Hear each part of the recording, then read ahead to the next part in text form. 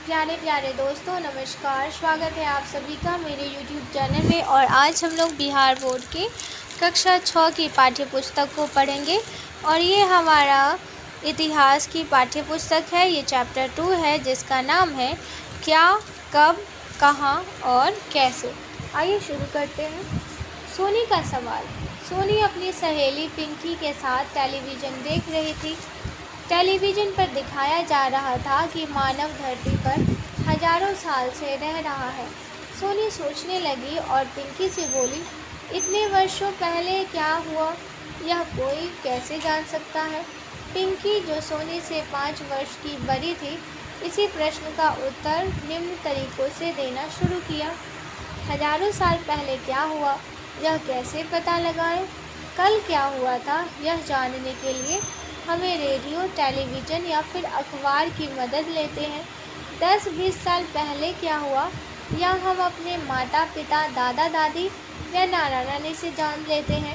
लेकिन हजारों वर्ष पहले क्या हुआ था, इसकी जानकारी हम इतिहास से प्राप्त करते हैं। यथा हमारे पूर्वज कौन थे, वे कहाँ रहते थे, वे क्या खाते थे और कैसे कपड़े पहनते थे। अतीत से लेकर वर्तमान तक जानकारियाँ हमें इतिहास से मिलती है। अध्ययन का काल निर्धारण कैसे करें।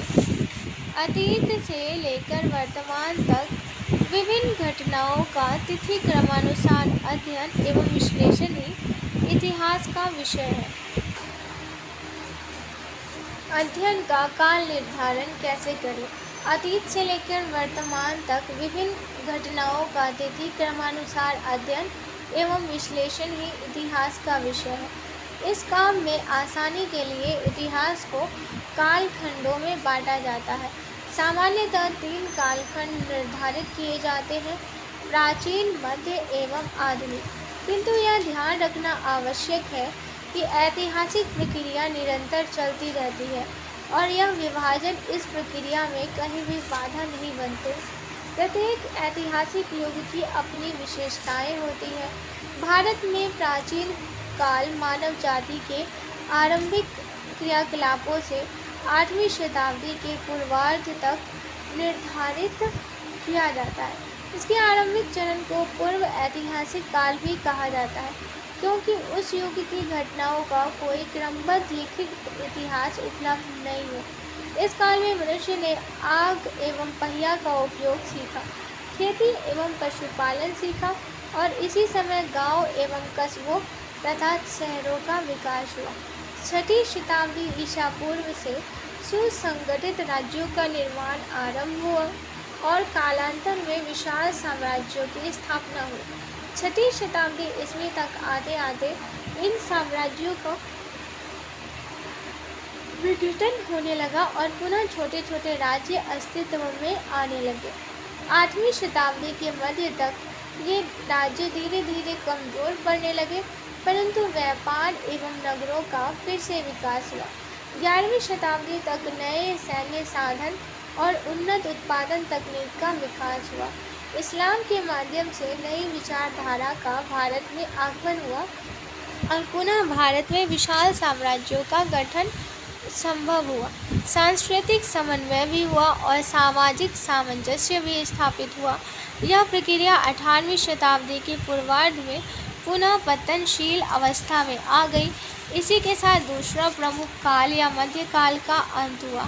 आधुनिक काल का आरंभ 18वीं शताब्दी के उत्तरार्ध से हुआ, जब पश्चिम देशों के द्वारा नए विचारों और नई प्रशासनिक व्यवहार भारत में लाई गए।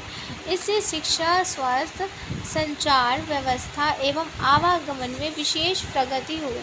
दुर्भाग्यवश यह नई प्रशासनिक व्यवस्था विदेशियों द्वारा स्थापित की गई थी, जो हमारे देश के आर्थिक संसाधनों का लाभ प्राप्त करना चाहते थे। इसी व्यवस्था को उपनिवेशवाद कहते हैं। इसके अंतर्गत किसी उन्नत देश किसी दूसरे कमज़ोर देश पर अधिकार कर उसका आर्थिक शोषण करता है। स्वाभाविक था कि भारतीयों में इसके विरुद्ध एक चेतना जगी। 19वीं शताब्दी के उत्तरार्ध में भारत में इस औपनिवेशिक सत्ता के विरुद्ध राष्ट्रीय आंदोलन सक्रिय हुआ, जो सत्य और अहिंसा के सिद्धांतों से प्रेरित रहा। सन 1947 में भारत को आज़ादी मिली और एक नया संविधान बना। इस संविधान के द्वारा जनता को अपने प्रतिनिधियों द्वारा शासन का अधिकार मिला। यही काल भारत के आधुनिक इतिहास का प्रतिनिधित्व करता है।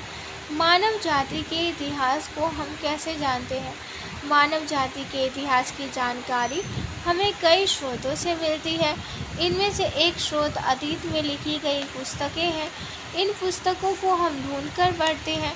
इनमें राजाओं एवं आम लोगों के जीवन, धार्मिक विचार एवं मान्यताएं, औषधियों तथा विज्ञान आदि सभी प्रकार के विषयों की चर्चा मिलती है। ये पुस्तकें हाथ से लिखी होने के कारण पांडुलिपि कही जाती है। ये पांडुलिपियाँ प्रायः ताड़पत्रों अथवा भोजपत्रों पर लिखी मिलती है। बहुत सी पांडुलिपियाँ अब नष्ट हो चुकी है। कुछ पुस्तकालयों एवं संग्रहालयों में सुरक्षित है। पटना की खुदा बख्श लाइब्रेरी एवं पालीगंज स्थित भरतपुरा में गोपाल नारायण सिंह के सार्वजनिक पुस्तकालय में ऐसी अनेक पांडुलिपियाँ सुरक्षित हैं।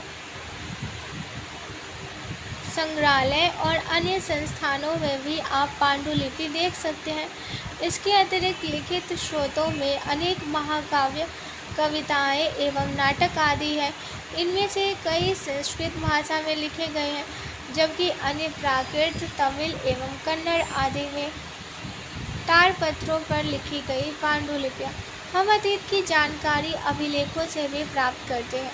अभिलेख पत्थर अथवा धातु की सतहों पर नुकीले औजारों द्वारा उत्कीर्ण किए होते हैं। इन अभिलेखों में राजाओं तथा अन्य महत्वपूर्ण लोगों के आदेश और उपलब्धियां वर्णित हैं, इन्हें वैसी जगहों पर लगाया जाता था जहां अधिक से अधिक लोग आते जाते थे, ताकि अधिक से अधिक लोग उसे देख सकें और उसमें लिखित आदेशों का पालन कर सकें। इसके अतिरिक्त अतीत में बनाई गई एवं इस्तेमाल में लाई गई वस्तुओं के माध्यम से भी हम अतीत की जानकारी प्राप्त करने में सफल होते हैं। ऐसी वस्तुओं में पत्थर एवं ईंट से बनी इमारतों के अवशेष, औजार, हथियार, बर्तन, आभूषण, मूर्तियाँ, चित्र और सिक्के आदि आते हैं। ये वस्तुएं पुरातात्विक स्रोतों के रूप में जानी जाती हैं, अर्थात काफ़ी प्राचीन होने के कारण इनके अवशेषों को जमीन की खुदाई कराकर प्राप्त किया जाता है। पुरातात्विक वस्तुओं का अध्ययन करने वाला व्यक्ति पुरातत्वविद कहलाता है। पुरातात्विक वस्तुओं में जानवरों, पक्षियों एवं मछलियों की हड्डियां भी मिलती हैं, जिससे अनुमान लगाया जाता है कि अतीत में किस आकार प्रकार के जीव पाए जाते थे। अनाज एवं कपड़ों के भी अवशेष प्राप्त हुए हैं, जिससे पता चलता है कि अतीत में लोगों के पास खाने के लिए कौन कौन से अनाज थे और लोग किस प्रकार के कपड़े पहनते थे। डॉक्टर स्पूनर ने पटना के कुम्हरार नामक स्थान में खुदाई द्वारा चंद्रगुप्त मौर्य के राजमहल के स्तंभ निकाले हैं। इस खुदाई में सोने के बैलों के टुकड़े प्राप्त हुए हैं। इससे मगध साम्राज्य की समृद्धि एवं भव्यता पर प्रकाश पड़ता है। इस तरह पांडुलिपियों, अभिलेखों, सिक्कों तथा पुरातत्व से संबंधित अन्य स्रोतों के आधार पर पुरातत्वविद एवं इतिहासकार अतीत का अध्ययन करते हैं। इन्हीं स्रोतों के माध्यम से वे अतीत की व्याख्या करते हैं। सिक्के शासकों द्वारा जारी किए जाते थे, जिस पर राजकीय चिन्ह, धार्मिक चिन्ह या कोई लिपि अंकित होती थी। सिक्कों का अध्ययन मुद्रा शास्त्र कहलाता है। खुदाई में मिली वस्तुओं के विश्लेषण में समय का निर्धारण करना बहुत महत्वपूर्ण है। वैसे तो समय निर्धारण के लिए कई विधियां अपनाई जाती हैं, लेकिन जो सामान्यतः प्रचलित है वह है रेडियो कार्बन विधि या कार्बन 14 पद्धति। रेडियो कार्बन विधि तिथि निर्धारण की यह काम भौतिक शास्त्री करते हैं। सारी वस्तुओं में एक प्रकार का रेडियोधर्मी पदार्थ होता है जो कार्बन 14 कहलाता है। रेडियोधर्मी वे पदार्थ होते हैं जिनमें से निश्चित दर में छोटे छोटे कण निकलते हैं। जब मनुष्य, पशु तथा पौधा जिंदा होते हैं तब वे जिस मात्रा में वायुमंडल से कार्बन 14 लेते हैं उसी मात्रा में रेडियोधर्मिता के कारण मरने के बाद उसे खो देते हैं।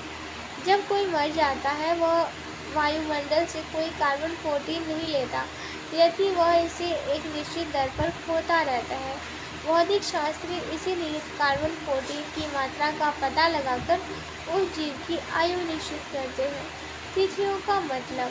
प्राचीन काल में हमारे देश में तिथियों की गणना विक्रम संवत और शक संवत के आधार पर होती थी, लेकिन अब पूरे विश्व में एक मानक के रूप में तिथियों की गणना मुख्यतः ईसाई धर्म प्रवर्तक ईसा मसीह के जन्म की तिथि से की जाती है। इसमें ईसा मसीह के जीवन को 0 वर्ष माना जाता है। उनके जन्म के पूर्व की सभी तिथियों के आगे अंग्रेजी में BC बिफोर क्राइस्ट और हिंदी में ईसा पूर्व अर्थात ईसा पूर्व लिखते हैं। इसी प्रकार ईस्वी की शुरुआत उनके जन्म के वर्ष से है।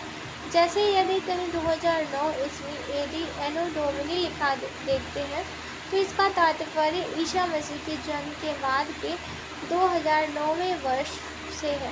इसी प्रकार यदि 2500 ईसा पूर्व लिखा हुआ है मिलता है तो इसका अर्थ है ईसा मसीह के जन्म के 2500 वर्ष पहले का समय।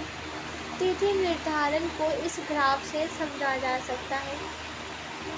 50,000 BC 10,000, फिर 1,500, फिर 100, उसके बाद 0 के बाद 100, 500 आगे बढ़ता रहता है। भौगोलिक पृष्ठभूमि। प्राचीन काल से लेकर अब तक के भारत के इतिहास को समझने के लिए सर्वप्रथम उसकी भौगोलिक रूपरेखा की जानकारी आवश्यक है। भौगोलिक दृष्टिकोण से भारत को मुख्यतः 4 भागों में बांटा जा सकता है। उत्तर के पर्वतीय प्रदेश जो तराई के जंगलों से प्रारंभ होकर हिमालय के शिखर तक फैले हुए हैं। इसमें कश्मीर, कांगड़ा, कुमायूं तथा सिक्किम के प्रदेश सम्मिलित हैं। उत्तर का मैदान जो अपनी उपजाऊ भूमि और अधिक पैदावार के लिए प्रसिद्ध है, इसमें सिंधु, गंगा, यमुना और सहायक नदियों से सिंचाई का काम होता है। यह देश का सर्वाधिक उपजाऊ क्षेत्र है। दक्षिण के पठार के अंतर्गत उत्तर में नर्मदा एवं ताप्ती नदी बहती है और इस भाग में विंध्य तथा सतपुड़ा की पहाड़ियाँ हैं जो उत्तर भारत को दक्षिण भारत से पृथक करती हैं। सुदूर दक्षिण के मैदान में गोदावरी, कृष्णा तथा कावेरी के उपजाऊ डेल्टा वाले प्रदेश मिले हैं। भारतीय उपमहाद्वीप के उत्तरी सीमा पर स्थित पर्वत श्रृंखला भारतीय उपमहाद्वीप को पश्चिम तथा मध्य एशिया से अलग करते हैं, लेकिन इन पर्वतों में अनेक दर्रे हैं जैसे खैबर, बोलन एवं गोमल दर्रा। इन दर्रों के माध्यम से भारत का संपर्क अफगानिस्तान तथा ईरान से बना रहता था। दर्रे पहाड़ियों के बीच के संकरे सस्ते होते हैं। भारतीय उपमहाद्वीप के उत्तर पश्चिमी क्षेत्र में ही मेहरगढ़ जैसे स्थान हैं जहाँ लगभग 6000 ईसा पूर्व में लोगों ने सबसे पहले गेहूँ तथा जौ जैसी फसलों को उपजाना आरंभ किया। भेड़, बकरी तथा गाय, बैल जैसे पशुओं को पालतू बनाना शुरू किया। उत्तर पश्चिम क्षेत्र में ही सिंधु एवं इसकी सहायक नदियाँ बहती हैं। सहायक नदियाँ आगे चलकर एक बड़ी नदी में मिल जाती हैं। लगभग 2500 ईसा पूर्व साल पहले इन्हीं नदियों के किनारे नगरीय सभ्यता का विकास हुआ। उपमहाद्वीप के उत्तर पूर्व में गारो, खासी, जयंतिया, मिश्री और गंगा नागा पहाड़ियाँ हैं। इन पहाड़ियों के नाम पर ही यहाँ के आदिवासी समूह की पहचान है। भारतीय उपमहाद्वीप के बीच विंध्य पर्वत विभाजित रेखा है। विंध्य के दक्षिण में ब्रह्मगिरी स्थल पर लगभग 3000 साल पहले लोगों ने महापाषाणी संस्कृति का निर्माण किया था। महापाषाणी संस्कृति में मृतक को दारुकनार उसके चारों तरफ बड़े बड़े पत्थर गाड़ दिए जाते थे। विंध्य पहाड़ियों के उत्तर पूर्व एवं ब्रह्मपुत्र नदी के पश्चिम में गंगा एवं उसकी सहायक नदियाँ बहती हैं। यहाँ पर व्यापारिक मार्ग एवं कृषि स्थल को दर्शाता भारत का मानचित्र दिया गया है। विंध्य पर्वत पहाड़ियों के उत्तर में स्थित कोलडीवा एवं चोपानी मांडो ऐसे स्थल हैं जहाँ सबसे पहले चावल धान उपजाया जाता था। और चोपानी मांडो में और कोलडीवा में उत्तर भारत में बहने वाली नदी गंगा के दक्षिण का क्षेत्र प्राचीन काल में मगध नाम से जाना जाता था। यहाँ के शासक बहुत ही शक्तिशाली थे और उन्होंने यहाँ एक विशाल साम्राज्य की स्थापना की थी। भौगोलिक रूपरेखा के इस विवरण से स्पष्ट है कि इस उपमहाद्वीप में यद्यपि अलग अलग क्षेत्रों में लोग अपने अपने ढंग से मानव समाज का निर्माण कर रहे थे, परंतु ये कभी भी एक दूसरे से अलग नहीं रहे। ये लोग ऊंचे पर्वतों, पहाड़ियों, रेगिस्तानों, नदियों तथा समुद्रों में जोखिम उठाकर एक क्षेत्र से दूसरे क्षेत्र की यात्रा करते थे और उपयोगी वस्तुओं का विनिमय खरीद बिक्री करते थे। इसके अलावा लोगों को शिक्षा देने के लिए धार्मिक गुरु भी हमेशा भ्रमण करते रहते थे। यहाँ तक कि भारतीय उपमहाद्वीप के बाहर के लोग भी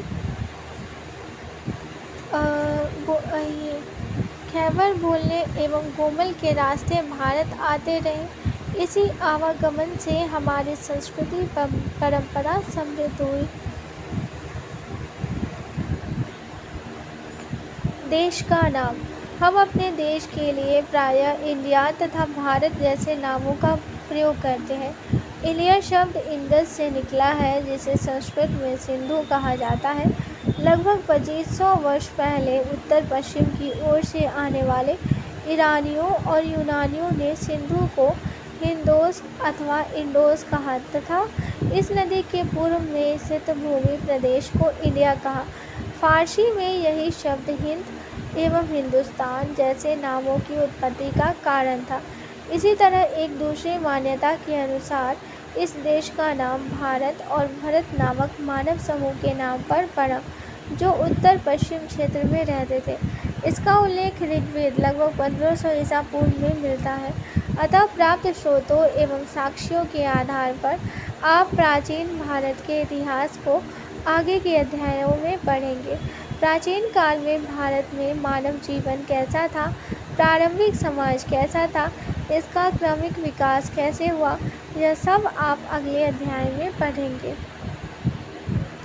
तो आज के लिए बस इतना ही। आशा करती हूँ ये चैप्टर आप लोगों को पसंद आया होगा। पसंद आया है तो लाइक, शेयर और सब्सक्राइब जरूर कीजिएगा। धन्यवाद।